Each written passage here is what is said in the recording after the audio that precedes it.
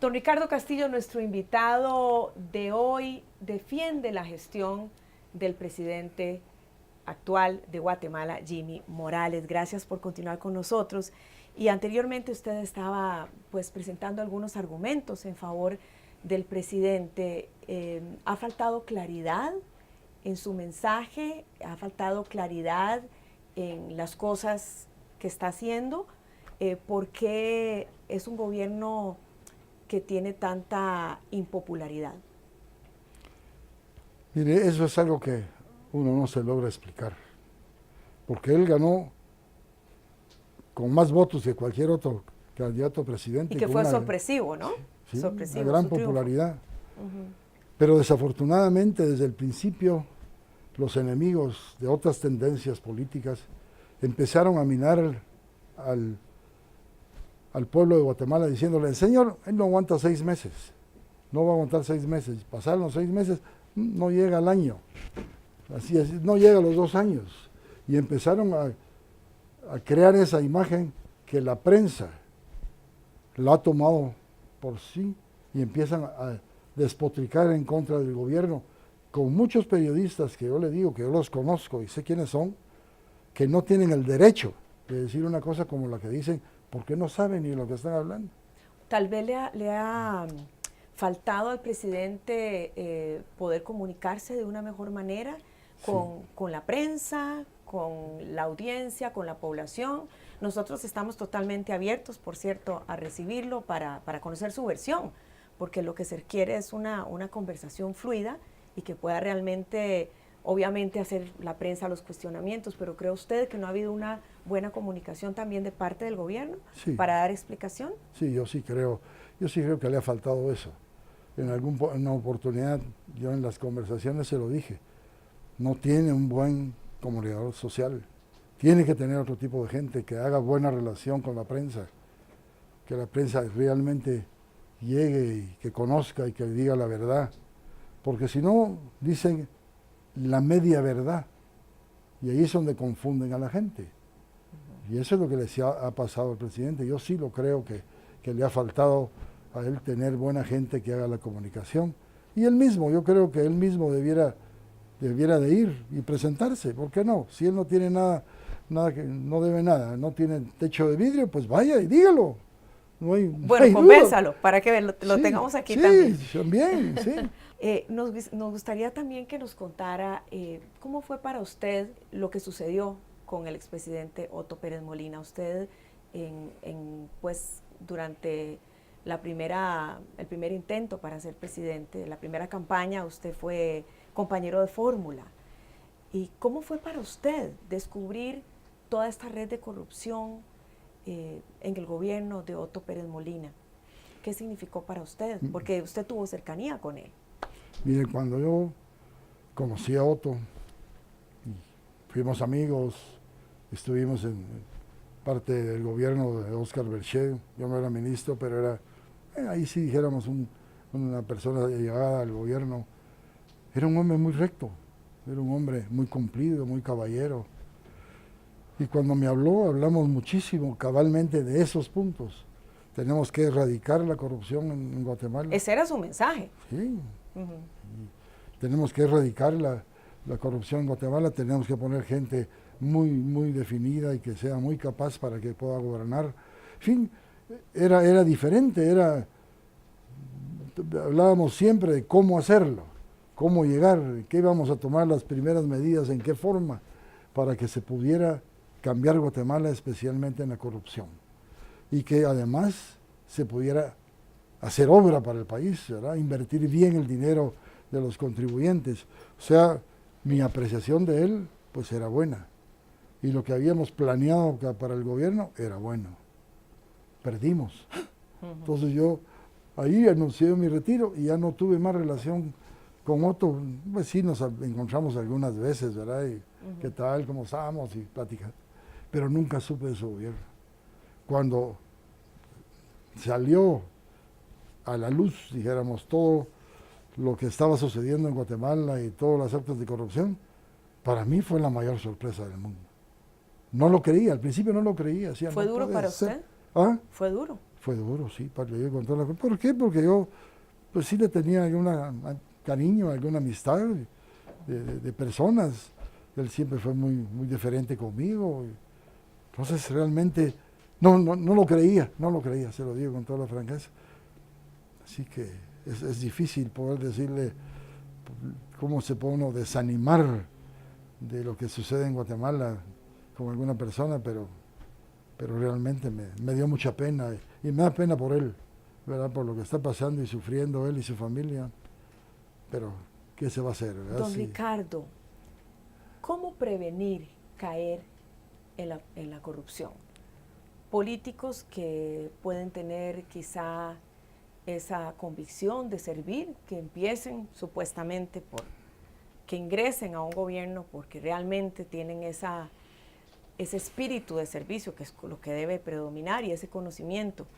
¿Cómo evitar caer en la corrupción? ¿Qué hay que hacer, inclusive con los niños, con los jóvenes, para cambiar esa mentalidad? Bueno, mire, empezamos por la Constitución. La Constitución de la República dice que puede ser diputado cualquier persona mayor de 18 años. Y puede ser analfabeto. Ya han habido diputados analfabetos. ¿Cómo puede esa gente trabajar? Un jovencito de 18 años no sabe nada. Entonces yo lo que creo es que debía de haber, dijéramos, como etapas, como establecer, para ser presidente debe tener esto y esto y esto, para ser diputado esto y esto y esto, para ser ministro esto y esto, para que califiquen. No que agarre a uno, a cualquiera que pase por la calle y lo ponga de candidato a presidente y gana. Entonces es muy difícil. Entonces, ¿cómo hacerlo? Ya le vuelvo a decir, para mí solo es personal, son las personas. Las personas son las que hacen grandes las cosas. Y vea usted en una empresa privada, ¿quién hace grandes las cosas? Las personas. Y así muchísima gente. Yo le voy a poner un caso solo por decirle, como no quiero hablar de nadie que no sea, para no ofender a alguien, voy a hablar de mi familia. Yo tengo un hijo, el más chiquito, que estudió de abogado en la Marroquín. Llega conmigo y me dice, papá, aquí está mi título de abogado.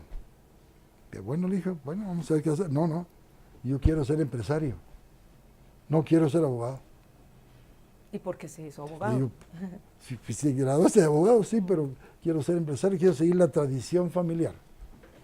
Vaya, qué bueno, ¿qué quieres hacer? Vamos a empezar a ver. Y me dice, mire, me venden una panadería. ¿Y vos sabés hacer pan? Le dije, no, ¿verdad? Entonces te voy a dar un consejo. Mi padre me enseñó a mí a trabajar. Cuando yo dije, mire, no quiero estudiar y no quiero hacer estas cosas, entonces, ¿querés hacer mi puesto? Sí, muy bien. Entonces te vas a cargar cajas a la bodega. Y me mandó cargar cajas a la bodega.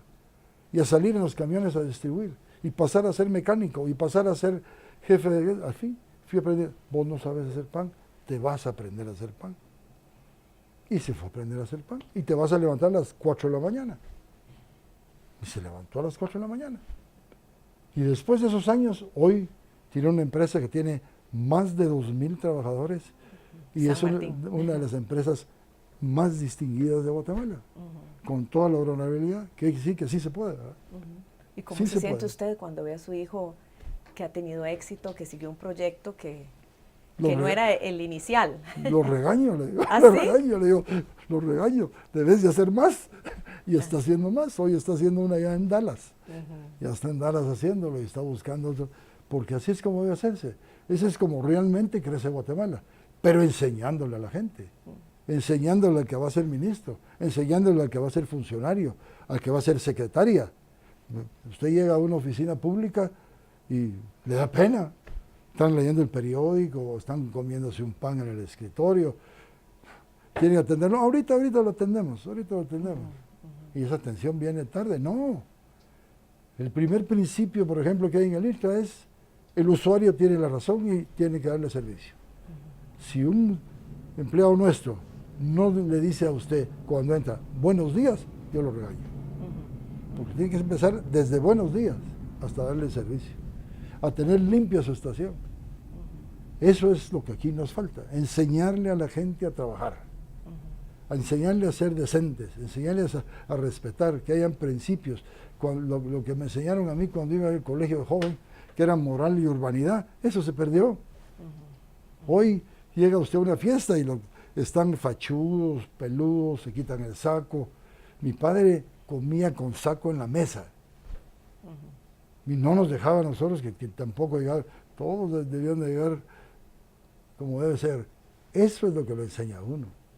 A uno le enseña más las vivencias de su casa, lo que sus padres le enseñan, lo que su familia tiene y lo que usted actúa. Ahí lo enseña. Hoy en día hay mucha desintegración familiar.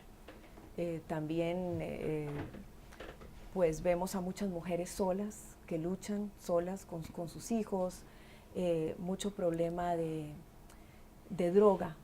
Uf, terrible. ¿Cómo lo ve, señor Terrible. Castillo? A mí vuelvo al principio, como yo me eduqué así a trabajar desde las 7 de la mañana hasta las 7 de la noche, porque yo vi a mi padre hacerlo. Nunca, tenía un buen ejemplo. Sí, nunca en mi vida he fumado, nunca en mi vida he tomado. Entonces, la droga jamás llegó a mis manos siquiera, dijera. Entonces, a mí cuando yo veo a esos muchachos drogados, estos muchachos que realmente van a ser un desastre en su vida y va a ser una lacra para Guatemala, digo yo, ¿cómo podemos ayudarlos? ¿Y cómo puede ser? Debe de ayudarse a los padres en su casa y a los profesores en la escuela. El profesor en la escuela debe también darles educación y también hacerle ver lo malo. No, hoy ya le quieren hacer huelga a los profesores, ya no quieren que el profesor los regañe. ¡Ay, me regañó el profesor! No, el profesor tiene que regañarlos y tiene que obligarlos a que trabajen, si no, no salimos. Si no tenemos educación, si no tenemos cómo hacer que los padres lo entiendan, no se puede. Yo trabajo también en una institución de Guatemala que es el INTECAP, que es de capacitación para todos los obreros. Fui fundador de ella y tengo más de 35 años de ser director. Y en esa institución tratamos de que haya disciplina, y tratamos que haya orden y que haya principios en los profesores. Cuesta muchísimo, pero hemos tratado y hemos logrado algunas cosas. O sea, creo que sí se puede, siempre que eduquemos a los padres y a los profesores, y entonces se educarán los hijos. Bueno, quisiéramos hablar un poco más de su faceta también como deportista, de un poco rebelde también para los estudios, y cómo más bien ha sido esa escuela de la vida que usted nos estaba contando. Queremos seguir conversando con usted en un momento.